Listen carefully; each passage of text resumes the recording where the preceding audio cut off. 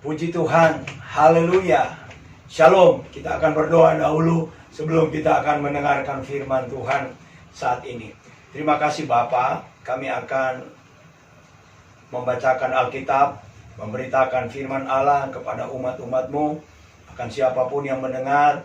Dan kami percaya firman Allah ini adalah kekuatan, adalah obat, adalah pelindung, adalah pengharapan yang kami harapkan dalam situasi menghadapi virus corona dan segala macam hal-hal yang buruk yang sedang melanda Indonesia dan dunia. Terima kasih Bapak, kami akan mendengarkan, membaca firman Allah saat ini dengan segala ucapan syukur dalam nama Tuhan Yesus Kristus. Haleluya. Amin. Haleluya. Puji Tuhan. Hidup Yesus. Hidup Yesus. Yesus hidup. Saat ini Indonesia, terutama kita yang ada di kota Jakarta, menghadapi situasi yang sangat menakutkan. Situasi itu yang kita kenal dengan nama virus corona atau COVID-19. Dan ini melanda seluruh lapisan masyarakat, dari orang-orang yang ada di kolong jembatan sampai di istana presiden. Dan inilah yang kita harus lawan bersama-sama. Dengan apa kita akan lawan itu? Masing-masing kita akan lawan dengan kekuatan apa yang diberikan oleh Tuhan kepada kita. Dan saat ini saya menyampaikan bahwa ada kekuatan yang diberikan oleh Tuhan sesuai dengan negara Indonesia yang punya falsafah. Sila pertama adalah ketuhanan yang Maha Esa.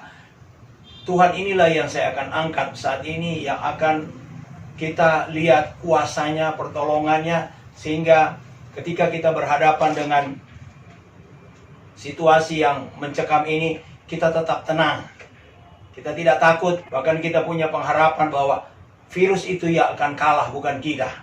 Nah, saat ini saya ingin bersama-sama membaca di dalam Alkitab, di dalam Injil Matius pasal 10 ayat 30 dan 31. Injil Matius pasal yang ke-10 ayat ke-30 dan ayat 31. Demikian firman Tuhan.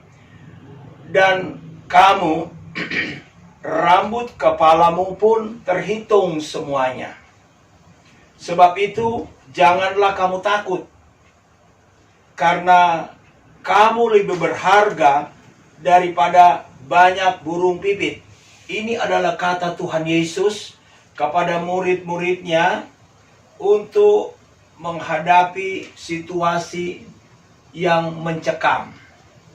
Alkitab berkata bahwa rambut di kepala kita Tuhan yang hitung. Saudara, kalau tanya sekarang berapa rambut di kepalamu, Anda tidak tahu. Ya, bahkan orang yang botak pun dia nggak tahu berapa yang masih tersisa di kepalanya. Ya, tapi Tuhan tahu. Karena dia tahu kita tidak berdaya, dia hitung. Setiap hari, bayangkan, tiap hari Tuhan Yesus hitung rambut kita. Apalagi virus corona. Dia tahu bahwa virus itu ada di dunia ini. Bahkan mungkin dia yang suruh supaya kita sadar ada Tuhan. Nah, untuk itu saya pernah ditanya oleh seorang komandan pusat pendidikan Kopassus di Batu Jajar, Cimahi. Ya, dia punya pangkat waktu itu kalau nggak salah Letnan Kolonel. Dia tanya sama saya, "Om, bagaimana cara menghadapi takut?" Saya berpikir sejenak. Ini yang bertanya ini adalah Kopassus yang tidak pernah rasa takut. Rasanya dia bisa semua dia hadapi karena dia punya kekuatan fisik, dia punya senjata, dia punya kemampuan, dan apalagi Kopassus kita ini adalah satu pasukan elit yang bisa dikatakan disegani juga oleh dunia internasional. Lalu saya tanya, apa jawaban pertanyaan itu? Karena saya juga nggak bisa jawab. Dia jawab sama saya, melawan takut dengan takut, tapi dia diam. Lalu dia sambung, takut akan Tuhan. Nah, ini seorang komandan Kopassus yang ngomong, ya, bukan rakyat biasa. Nah, saya melihat ini dia praktekkan dalam hidupnya. Ya, dia tahu bahwa yang menolong dia hanya Tuhan. Meskipun dia punya kemampuan tempur, dia punya segala sesuatu yang dia bisa andalkan menjaga diri dia, tapi dia tahu bahwa itu semua terbatas. Nah, kembali kita melihat bahwa sampai saat ini virus corona ini membuat satu ketakutan bukan hanya di Indonesia tapi di seluruh dunia, ya. Sepertinya persoalan ekonomi, keuangan, perdagangan terseret semua, ya, masuk dalam satu pusaran ya, mungkin kalau saya katakan ya yang kita kenal itu dalam lingkaran setan, ya, saling berkaitan satu dengan yang lain, ya. Di daerah-daerah negara-negara yang lain kita melihat, ya, orang berhadapan dengan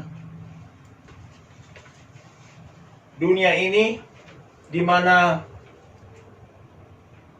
ketakutan membuat orang merambah makanan dan semua yang dia perlukan dalam hidupnya. Termasuk kita lihat beberapa waktu yang lalu di Jakarta, ya, karena panik, yang namanya panik buying itu, orang membelanjakan uangnya, dia tidak pakai ukuran, ya. Dia biasa makan supermie satu hari 3 kali, dia beli supermie 1000 biji untuk dia bisa makan satu hari karena dia takut kehabisan makanan. Tapi saya percaya, ya, COVID-19 atau virus corona ini atas izin Tuhan tidak akan menyentuh kita, karena kita percaya bahwa Tuhan punya kuasa untuk menolong kita. Kita lihat di dalam Yesaya 41 ayat 10, Yesaya 41 ayat 10, ya. Dia katakan di sana demikian firman Tuhan, ya.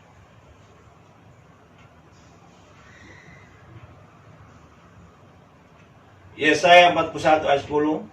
Janganlah takut, sebab aku menyertai engkau. Janganlah bimbang, sebab aku ini Allahmu. Aku akan meneguhkan, bahkan akan menolong engkau. Aku akan memegang engkau dengan tanganku yang membawa kemenangan. Ini adalah pesan Tuhan, ya. Dan tidak ada satu kekuatan yang bisa melawan kekuasaan dari Tuhan. Karena Alkitab katakan dia yang punya langit, bumi, dan segala isinya. Mungkin saudara berpikir, apakah Tuhan tahu keadaan corona? Dia tahu. Jarum jatuh di bumi ini, kalau tanya Tuhan, dia tahu di mana jarum jatuh itu. Apalagi corona. Dan dia tahu kita manusia ciptaannya yang paling mulia, ya. Kalau ini ada pekerjaan daripada iblis mengganggu dia, dia memperhatikan kita. Dan dia tidak akan biarkan kita jatuh tergeletak. Untuk itu, saya punya beberapa kesaksian, ya, melawan ketakutan. Karena saya menghadapi hal ini memang tidak ada yang bisa menolong, ya. Pada tahun 1979, Profesor Mahar Marjono, ketua tim dokter kepresidenan, beliau praktek di rumah sakit Singkaroles. Waktu itu saya datang untuk berobat. Saya bilang, saya ada sesuatu hal yang saya tidak tahu kemana. Dokter biasa nggak bisa dapat mendiagnosis. Kemudian saya lari kepada beliau sebagai dokter saraf. Lalu dia suruh saya periksakan, karena waktu itu beliau punya klinik saraf di Jalan Pemuda. Nah, waktu saya periksa di klinik saraf di Jalan Pemuda, ya, hasil pemeriksaan lab bahwa saya tidak bisa bicara lebih dari 10 menit. Dan saya dikasih obat, harus makan obat seumur hidup. Karena di dalam tubuh saya ada katanya penyakit atau kekurangan enzim yang belum ada obat di dunia. Nah, ketika saya mendapat itu, saya sangat takut. Anak saya masih kecil. Saya bilang, bagaimana masa depan ini? Bicara aja nggak bisa lebih dari 10 menit. Apalagi mau bekerja. Tapi saya yakin bahwa apa yang dikatakan oleh firman Tuhan, ya, seperti kita baca tadi, Tuhan Yesus katakan jangan takut. Tapi jangan takut itu bukan hanya saya ucapkan, tetapi saya berpikir apa tindakan yang saya harus lakukan supaya saya tidak tenggelam di rasa takut. Ya, saya minum obat itu kurang lebih 3 bulan. Sesudah itu saya stop, saya berdoa, dan saya puasa. Saya bilang, Tuhan, tolonglah saya. Saya tidak mampu menghadapi penyakit ini. Profesor, dokter sekalipun merasa tidak mampu, apalagi saya. Dan puji Tuhan, sampai saat ini sudah berapa tahun, kalau hitung-hitung dari tahun 79. Saya udah khotbah bisa satu hari 3 kali saya khotbah, ya, satu jam. Saya masih hidup, ya. Nah, inilah saya mau katakan bahwa kekuatan yang kita dapatkan dari firman Allah itu adalah kekuatan yang dahsyat, ya, yang tidak diragukan lagi. Kemudian tahun 97, ya, keluarga saya mengalami kecelakaan di Semper, dan mereka ditabrak oleh Metro Mini, dan kalau mau bilang patah-patah. Tetapi dalam situasi yang seperti saya boleh alami ini, saya berada di dalam lembah bayang-bayang maut, ya. Keluarga saya tidak sadar semalam, baru pagi mereka boleh sadar, dan saya bisa bayangkan bagaimana keadaan hidup mereka, ya, otak mereka, tulang mereka, badan mereka. Dan lewat dari itu, yang saya takutin bukan hanya penyakit, tapi uang untuk masuk di rumah sakit. Itu menakutkan. Yang saat ini juga salah satu yang ditakuti oleh rakyat Indonesia, pemerintah kita, adalah uang. Kalau toh virus corona itu akan menghajar, ya, sampai berapa? Kalau Amerika mungkin dia punya duit, dia sudah lepas uang untuk menghadapi corona ini 1 triliun US dollar.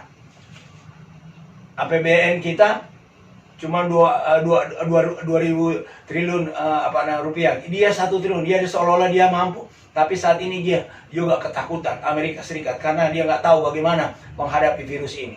Nah, kita punya kekuatan itu berharap kepada Tuhan. Baik, ya, masalah keuangan kita, masalah ekonomi kita, masalah kesehatan kita, ada pertolongan kita hanya dari Tuhan. Dan kemudian kesaksian saya yang berikut, tahun 2007, ketika masa menyerang supaya kita tidak boleh ibadah dan kami harus ibadah di jalan, saya bilang, Tuhan, bagaimana kami mau, ya, hidup, ibadat aja nggak boleh. Karena di dalam Alkitab Tuhan janjikan ketika kita beribadah di dalam kitab Taurat, ya, dalam Keluaran pasal 23 ayat 25, ibadat itu suatu hal yang sangat penting, karena di dalamnya kita akan mendapatkan satu pertolongan Tuhan, roti diberkati, air diberkati, dan sakit penyakit dilalukan. Dan inilah yang saya berpikir, saya tidak akan berhenti untuk beribadat. Saya tetap beribadat, meskipun tidak disuruh, nggak bisa di rumah, nggak bisa di tanah kosong, lapangan. Saya harus ibadat bersama jemaat di jalanan 6 bulan. Tapi puji Tuhan sampai sekarang kami hidup. Karena apa? Ibadat itu yang menolong kami. Sebaliknya, ya, saya tidak menghukum orang-orang yang mendemo kami, mereka yang sudah menghadap Tuhan yang Maha Esa itu. Kami masih ada karena Tuhan yang menolong kami. Nah, itu sebabnya di dalam Matius pasal 10 ayat 28, kembali lagi kita lihat di sana, Matius pasal 10 ayat 28, ya, Alkitab menyatakan bahwa segala hal yang kita butuhkan, dia sanggup menjawabnya. Matius 10 ayat 28, dia berkata, dan janganlah kamu takut kepada mereka yang dapat membunuh tubuh, tetapi yang tidak berkuasa membunuh jiwa. Takutlah terutama kepada Dia yang berkuasa membinasakan baik jiwa maupun tubuh di dalam neraka. Ini yang saya katakan tadi, melawan takut dengan takut akan Tuhan. Maka dengan takut akan Tuhan kita mendapat perlindungan, ya.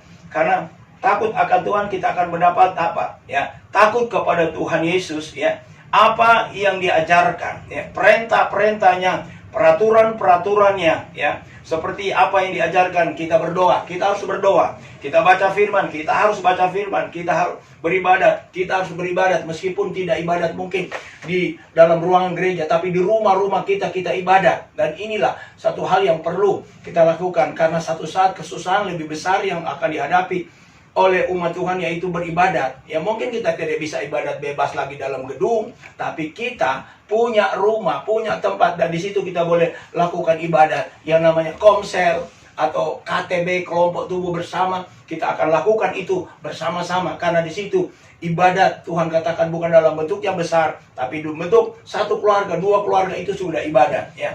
Tetapi itu harus dilakukan dengan sungguh-sungguh, bukan main-main atau asal-asalan atau masa bodoh, atau malas, atau lupa, ataukah menganggap tidak perlu firman Allah. Nah, kita ada di rumah saat ini untuk membaca firman, berdoa. Bukan santai.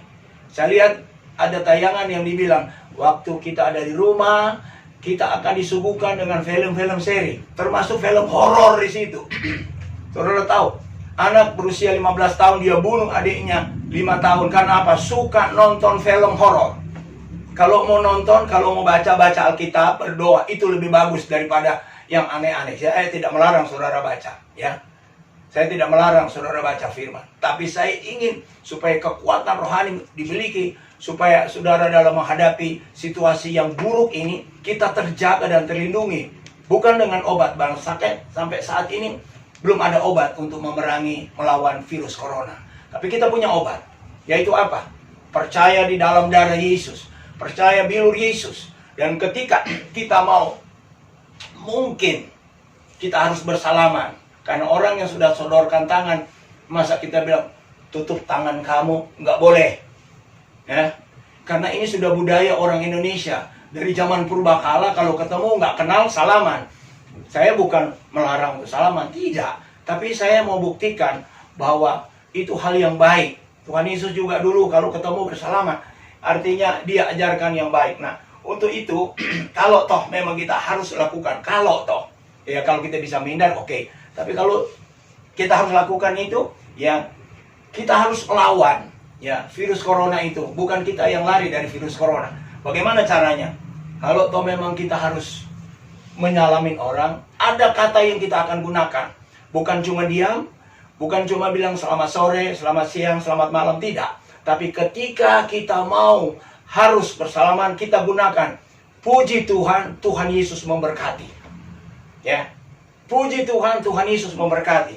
Kalau dalam bahasa Arab, ya, kita gunakan kata Alhamdulillah bibarakati Yesua Al-Masih. Nah, itu dia punya arti.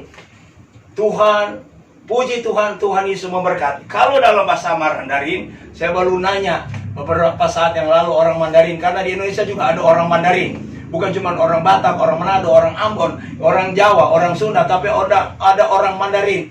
Dan mereka juga ingin supaya bahasanya bagaimana caranya untuk digunakan melawan corona, ya. Tetapi bukan untuk digunakan hal-hal yang biasa, tetapi ada hal yang luar biasa. Dia katakan begini, kata Mandarin katanya begini.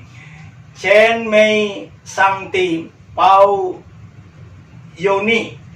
Sangti Pau Yoni. Nah, artinya puji Tuhan, Tuhan memberkati. Karena kata Tuhan, kalau kita baca di dalam Alkitab Filipi pasal 2, dia katakan, ya, di dalam nama Yesus, dia adalah penguasa sorga, bumi, dan di bawah bumi. Dan tidak ada kekuatan, ada kuasa yang dapat melawan nama Yesus, ya, karena dia adalah Allah yang menciptakan langit bumi. Dan segala lidah mengaku, segala lutut bertelut bahwa dia adalah Tuhan.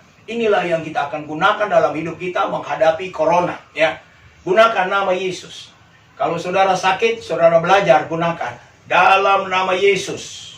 Sakit, penyakit, flu, batuk, apa saja dalam nama Yesus, pergi engkau setan. Kita punya hak untuk usir, ya, karena kita diberikan mandat untuk gunakan itu. Jadi bukan sembarang. Siapapun kalau percaya nama itu, Isa Al-Masih atau Yesua Al-Masih, ya, kalau dikatakan bahasa Arab itu Sangti, kita gunakan itu. Maka ini adalah hal yang menakutkan virus itu. Ini dia yang kita harus gunakan. Jadi jangan kita diam terus bilang tunggu mati gua. Pas bilang tunggu, iya bener. Kamu punya kekuatan yang tadinya kuat, tetapi ketika kamu bilang saya tinggal tunggu mati, karena dia turun. Dia punya kekuatan fisik, imunisasi turun 75%, tinggal 25%. Jadi kalau ada virus datang, nah ini dia orang pertama. Nggak usah dicari, dia yang pernah kena pertama. Karena apa? Ketakutan. Nah, di dalam Yesus, dia katakan jangan takut. Dan jangan takut itu tiap hari dia katakan, hei umatku, jangan takut, aku besertamu. Immanuel. Sehingga dalam hadapi persoalan ini, jangan kita dalam kekuasaan iblis lalu kita ketakutan. Apalagi kalau panik. Panik dikatakan, saya baca di koran, 4.000 kali dia punya kekuatan lebih daripada rasa takut. Bayangkan orang panik bisa mati berdiri. Maaf bicara, kencing berdiri, ya. Mati, nggak tahu Kenapa? Kenapa? Ketakutan, panik. Nah, itu panik buying itu yang terjadi sekarang. Puji Tuhan, saya kira kita tidak takut, kita tidak panik karena Tuhan beserta dengan kita, dan Dia akan buktikan bahwa ya melalui takut akan Tuhan kita dapat melawan segala semu daya si iblis. Ya, ketakutan bukan hanya untuk virus.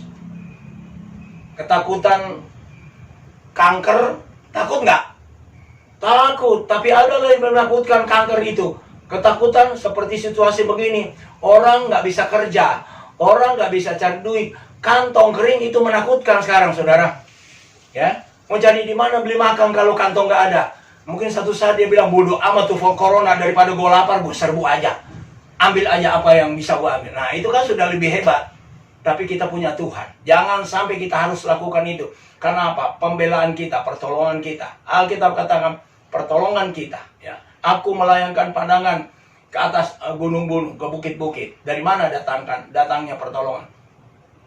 Mazmur katakan, pertolongan kita hanya dari Tuhan. Dan Tuhan ini untuk Indonesia bukan hanya untuk punya orang Kristen. Tuhan yang ada di dalam Pancasila itu adalah Tuhan untuk seluruh bangsa Indonesia. Jadi kalau kita berseru kepada Tuhan yang Maha Esa, tolong saya, maka Tuhan akan dengar. Bukan hanya orang Kristen, ya. Mungkin orang Kristen sudah bosan bilang nama Tuhan Yesus. Makanya Tuhan Yesus kasih ini corona supaya dia berseru lebih sungguh-sungguh kepada Tuhan yang Maha Esa itu, ya. Ya, inilah yang menjadi pesan saya sebagai pelayan Tuhan, sebagai pelayan saudara, untuk kita tidak takut, kita tidak gentar menghadapi virus corona, tapi justru kita kuat di dalam Tuhan, dan biarlah virus itu yang lari tunggang langgang kalau kita datang dengan nama Yesus. Kita buktikan, ya. Kita buktikan bukan lewat orang lain, lewat mulut kita, ya. Kalau kita rasa ada sesuatu hal yang tidak enak, dalam nama Yesus usir itu virus itu. Dalam nama Yesus saya akan berjalan, memang menakutkan, dalam nama Yesus saya percaya Tuhan akan tolong. Nah, satu cerita lagi, kesaksian sebelum saya akhiri khotbah saya. Beberapa waktu yang lalu saya didatangi oleh seorang kolonel, ya, polisi yang pernah bertugas di Aceh. Dia bilang, Pak, Bapak nggak boleh ibadat, ya, di jalan. Saya bilang, saya mau ibadat di mana? Ya, di rumah nggak boleh, di tanah kosong nggak boleh, di jalan nggak boleh. Nah, saya harus melakukan hak konstitusi saya harus ibadah. Tapi nggak bisa, ya. Ini Bapak mengganggu keamanan. Oke lah, kalau mengganggu keamanan, di mana? Saya mau kebaktian dimanapun nggak ada. Sedangkan saya mau melakukan hak konstitusi saya, beribadah. Ya, saya cuma bilang begini aja Pak, saya pusing. Kalau Bapak bilang saya berhenti ibadat, lebih baik hari Minggu saya dengan keluarga ada di depan tempat ibadat. Bapak siapkan regu tembak dan tembak kami semua satu kali. Itu lebih gampang daripada mau tinggalkan kami tidak boleh ibadat. Tinggalkan. Kolonel ini bingung. Akhirnya dia bilang, tolong Pak, kasihani kami. Saya juga nggak bisa jaga Bapak terus menerus ibadah di jalan. Kasihani keluarga kami. Ya, kedudukan kami, kalau Bapak diganggu maka kami akan jatuh. Atau kami tidak akan bisa bertahan di dalam tugas kami ini. Saya bilang, oke, kalau Bapak minta, saya yang akan masuk ibadah di rumah. Memang di rumah nggak boleh, saya tahu aturannya. Itu sebabnya kami ibadah sekarang di rumah dijaga polisi. Karena apa? Dia yang suruh. Artinya saya mau katakan bahwa Tuhan itu bisa memberikan jalan keluar dari kebuntuan apapun. Yang akan menjaga kita adalah polisi. Tadinya dia larang, sekarang dia jaga. Begitu juga kalau Tuhan bilang sesuatu yang kita perlukan, ikutin Tuhan, maka dia akan jagain kita. Dia lebih hebat dari polisi dan tentara. Saya lihat polisi, tentara yang akan dikirim hari ini berangkat ke Cina untuk ambil obat-obatan. Mereka diperlengkapi dengan perlengkapan penjaga diri yang luar biasa. Itu dari tentara. Ya, mereka berangkat, mereka sudah dilepas oleh keluarga. Apakah bisa pulang dengan utuh atau enggak? Itu menakutkan memang. Kita berdoa supaya pasukan yang dikirim atau pesawat yang dikirim oleh Prabowo, ya, karena saya dengar itu dari Departemen Pertahanan, mau ambil obat-obatan supaya mereka pergi dan pulang dengan aman, tidak ada gangguan apa-apa. Karena mereka ambil bantuan obat-obatan untuk rakyat Indonesia. Berdoa, saudara, untuk bangsa kita. Berdoa buat Indonesia. Berdoa untuk pemerintah kita. Berdoa untuk para juru rawat dan para dokter. Mereka juga menakutkan, saudara. Lihat, ada seorang juru rawat yang mati. Dia berjuang untuk orang yang kena corona. Ternyata dia pergi lebih dahulu. Nah, ini menjadi satu pergumulan kita. Doakan mereka. Kita tidak bisa datangi mereka, tapi doa kita akan menolong para dokter, juru rawat, dan semua yang mereka berhadapan dengan virus corona di rumah sakit atau di tempat mana saja. Ini yang saya sampaikan, dan saya mau berdoa untuk situasi dan keadaan yang sedang terjadi di Indonesia hari ini. Bapa Sorga, kami datang kepadamu Tuhan. Kami sangat cemas, kami sangat bingung menghadapi keadaan yang ada. Pemerintah sudah berusaha untuk memberikan saran dan nasihat bagaimana cara kami mencegah virus corona. Tapi pemerintah kami terbatas. Belum ada obat di dunia ini untuk virus corona. Tapi saat ini saya membawa berita baik yang mendasari peperangan warga DKI Jakarta, warga di Indonesia terhadap virus corona, yaitu kita tidak takut. Kita punya Tuhan. Tuhan yang Maha Esa yang akan menjaga dan melindungi kita siang atau malam. Anak-anak kita, suami kita, istri kita, saudara kita akan mendapat penjagaan dan perlindungan dari Tuhan. Karena inilah harapan kami. Dan kami punya pengharapan, bukan pengharapan yang sia-sia. Karena kami berharap kepada Allah, kepada Tuhan yang kami panggil di dalam Yesus Kristus, yang punya langit, bumi, dan segala isinya. Dan kami percaya Tuhan akan jaga dan lindungi umat-umat Tuhan, jaga dan lindungi warga DKI Jakarta, jaga dan lindungi semua Indonesia, yang warga Indonesia baik yang ada di dalam negeri maupun yang ada di luar negeri, supaya kami boleh aman, kami boleh ada di dalam perlindungan daripada Tuhan, karena kami berharap kepada Tuhan Yesus. Kami tidak takut menghadapi bahaya sekalipun, karena gada dan tongkat daripada Tuhan menyertai kami. Firman dan Roh Kudus akan menjaga dan melindungi kami. Terima kasih Tuhan. Inilah doa, inilah permohonan kami dalam nama Tuhan Yesus Kristus. Tuhan memberkati kita semua. Amin. Tuhan adalah gembalaku, takkan kekurangan aku. Dia membaringkan aku di padang yang berumput hijau. Dia membimbingku ke air yang tenang. Dia menyegarkan jiwaku. Dia menuntunku ke jalan yang benar, oleh karena namanya. Sekalipun aku berjalan dalam lembah kekelaman, sekalipun aku berjalan dalam lembah kekelaman. Puji Tuhan, Tuhan Yesus memberkati.